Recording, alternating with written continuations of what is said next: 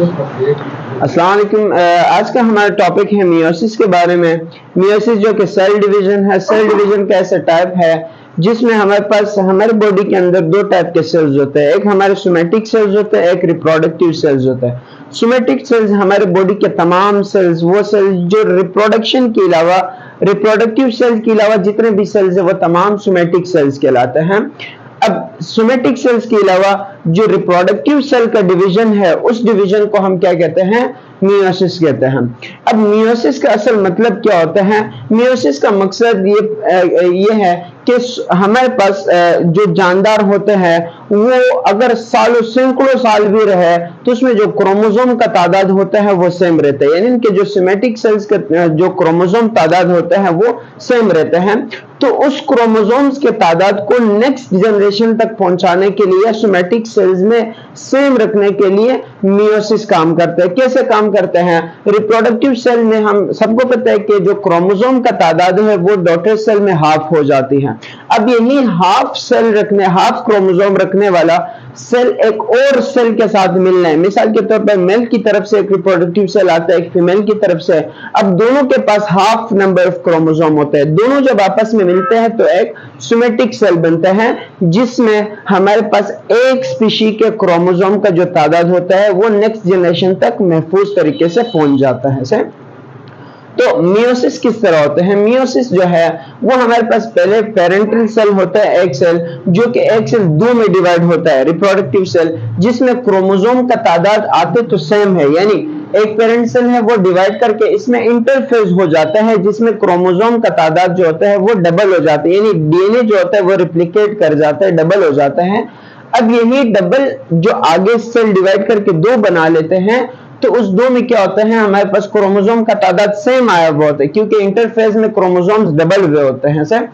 अब आगे मियोसिस में एक और फेज आता है जिसमें हमारे पास हर एक सेल दो दो और में डिवाइड हो जाता है, जो कि जिसमें यही क्रोमोसोम का तादाद जो होता है वो हाफ हो जाता है, यानी यहाँ पर इंटरफेज नहीं होता, यहाँ होता है डबल हो जाता है और यहाँ इंटरफेज नहीं होते, जिसकी वजह से आने वाले जो और सेल्स होते हैं उसमें क्रोमोसोम का तादाद हाफ रहता है। अब मियोसिस जो है वो दो किस्म के सेल डिवीजन इसमें आते हैं। अच्छा, दो डिविजन्स होते हैं इसमें। एक हमारे पास आता है प्रोफेज 1, मेटाफेज 1, एनाफेज 1, टेलोफेज 1, ये एक इसका डिवीजन है। दूसरा division prophase 2, metaphase 2, anaphase 2, telophase 2। ये वाला जो डिवीजन है ये बिल्कुल सेम है माइटोसिस की तरह, यानी यहां तक जो डिवीजन होता है उसमें मियोसिस के अंदर क्रॉसिंग ओवर मतलब होता है। क्रॉसिंग ओवर क्या होता है हम आगे बात कर लेंगे। ये वाला जो डिवीजन है यानी डिवीजन नंबर 2 जो होता है वो माइटोसिस की तरह होता है। अच्छा, बात करते हैं डिवीजन नंबर 1 की। पहले डिवीजन में हमारे पास क्या होते हैं? 4 फेजेस होते हैं, प्रोफेज 1, मेटाफेज 1, एनाफेज 1, टेलोफेज 1। अब इन चारों में जो सबसे लॉन्गेस्ट होता है, जो सबसे बड़ा फेज होता है, अब वो कौन सा होता है? प्रोफेज। अब प्रोफेज में फिर मजीद 5 फेजेस होते हैं, इसी वजह से ये क्या होते हैं? सबसे मतलब लंबा फेज होता है। अच्छा, पहला फेज इसमें प्रोफेज के अंदर 5 सब फेजेस होते हैं। कौन कौन से? लैक्टोटीन, ज़ाइगोटीन, पैकाइटिन, डिप्लोटीन, डाइकाइनेसिस। अब सबसे पहला फेज यानी प्रोफेज 1 का पहला फेज लैक्टोटीन, जिसमें क्रोमोसोम्स विजिबल, यहां मैंने लिखा है क्रोमोसोम विजिबिलिटी, न्यूक्लियस इनलार्जमेंट। पहले फेज यानी लैक्टोटीन के अंदर क्या होता है? प्रोफेज 1 के लैक्टोटीन के अंदर हमारे पास क्या होता है कि जो न्यूक्लियस होता है वो इनलार्ज हो जाता है।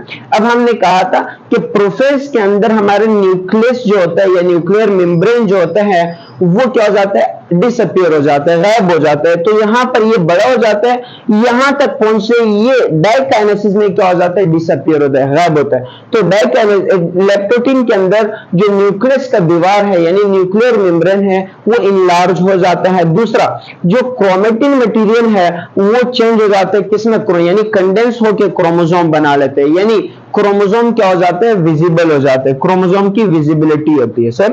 अच्छा, जाइगोटीन में क्या होता है? Synapsis occurs. अब हमने कहा था यहां इंटरफेज होता है, इंटरफेज के दौरान यहां पर कॉपीज बनती हैं। जो एक तरह क्रोमोसोम यानी जो क्रोमोसोम ने अपना एक कॉपी बना लिया है वो जो कॉपी होती है यानी होमोलोगस। होमोलोगस का मतलब होता है एक जैसे, यानी जो सेम इंफॉर्मेशन रखते हो, तो वो क्रोमोसोम्स जो होते हैं वो एक दूसरे के पास आते हैं और एक दूसरे के साथ अटैच हो जाते हैं। यानी ये क्रोमोसोम, ये होमोलोगस क्रोमोसोम का एक साथ आना, एक दूसरे के साथ अटैच होना, ये क्या कहलाता है? साइनेप्सिस कहलाता है। अब जब ये दो होमोलोगस क्रोमोसोम्स एक साथ यानी मिलकर एक जोड़ा बना लेते हैं, एक पेयर बना लेते हैं, इस पेयर को हम क्या नाम देते हैं? बाइवेलेंट नाम देते हैं। तो याद रखना, ये होमोलोगस क्रोमोसोम्स का मिलना, एक साथ आना क्या कहलाता है? साइनेप्सिस कहलाता है। तो जाइगोटिन में क्या होता है? साइनेप्सिस हो रहा होता है, यानी हमारे पास क्या बनता है? बाइवेलेंट बनता है सर, यानी दो होमोलोगस क्रोमोसोम्स एक दूसरे के साथ अटैच होते हैं।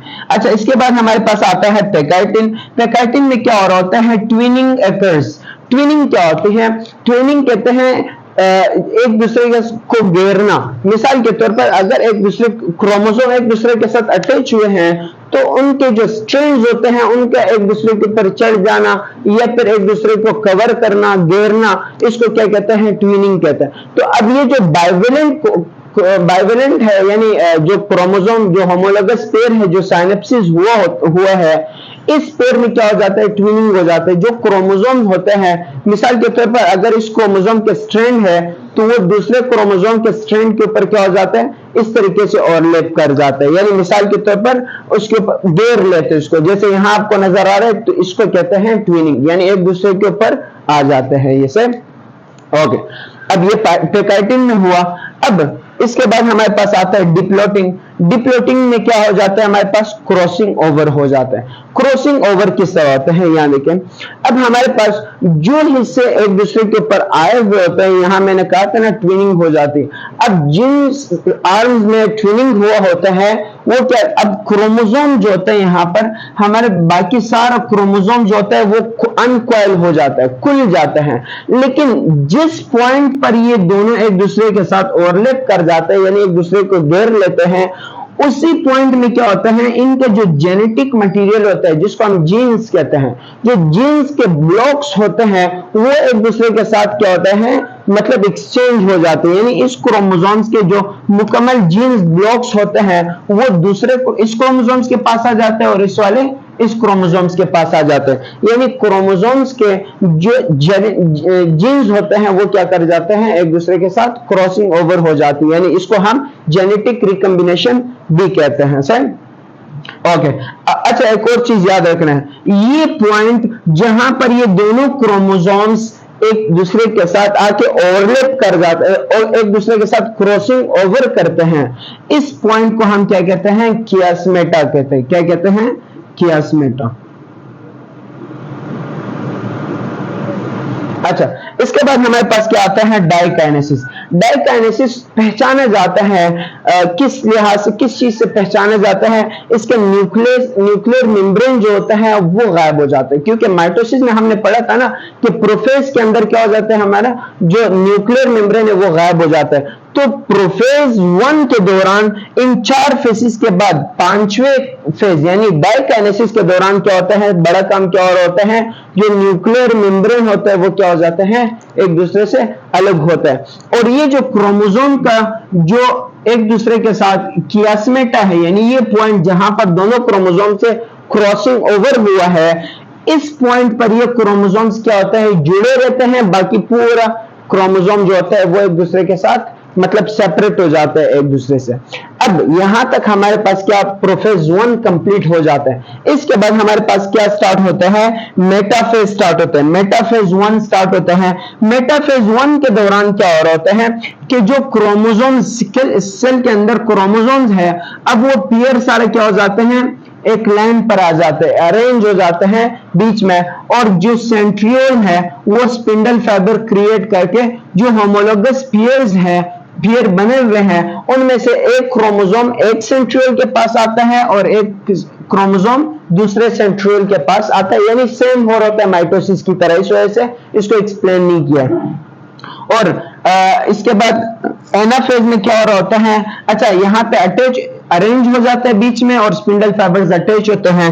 एनाफेज में यही एक क्रोमोसोम एक तरफ आता है और एक क्रोमोसोम दूसरे तरफ आता है। और टेलोफेज में क्या होता है कि हमारे पास इसके पास भी एक न्यूक्लियर मेम्ब्रेन बन जाता है, इसके पास भी एक न्यूक्लियर मेम्ब्रेन बन जाता है, और जो क्रोमोसोम्स है वो किस हालत में, किस शक्ल में बदल जाते हैं, क्रोमेटिन मटेरियल की शक्ल में। यानी और जो ये जो है यानी डिवीजन नंबर 2 जिसमें प्रोफेज 2, मेटाफेज 2, एनाफेज 2, टेलोफेज 2, ये सेम टू सेम माइटोसिस की तरह जो पिछली वीडियो में हमने डिस्कस कर लिया। अगर इसको हम यहाँ बयान करेंगे तो यहाँ पर हमारी वीडियो बहुत लंबी हो जाएगी, तो इसका मैं जो माइटोसिस है उसका वीडियो में डिस्क्रिप्शन में लिंक मिल जाएगा आप लोगों को, वहां से आप लोग देख सकते हो। तो यहाँ तक हमारा लेक्चर एंड होता है, फिर मिलते हैं नेक्स्ट वीडियो में। अल्लाह हाफिज।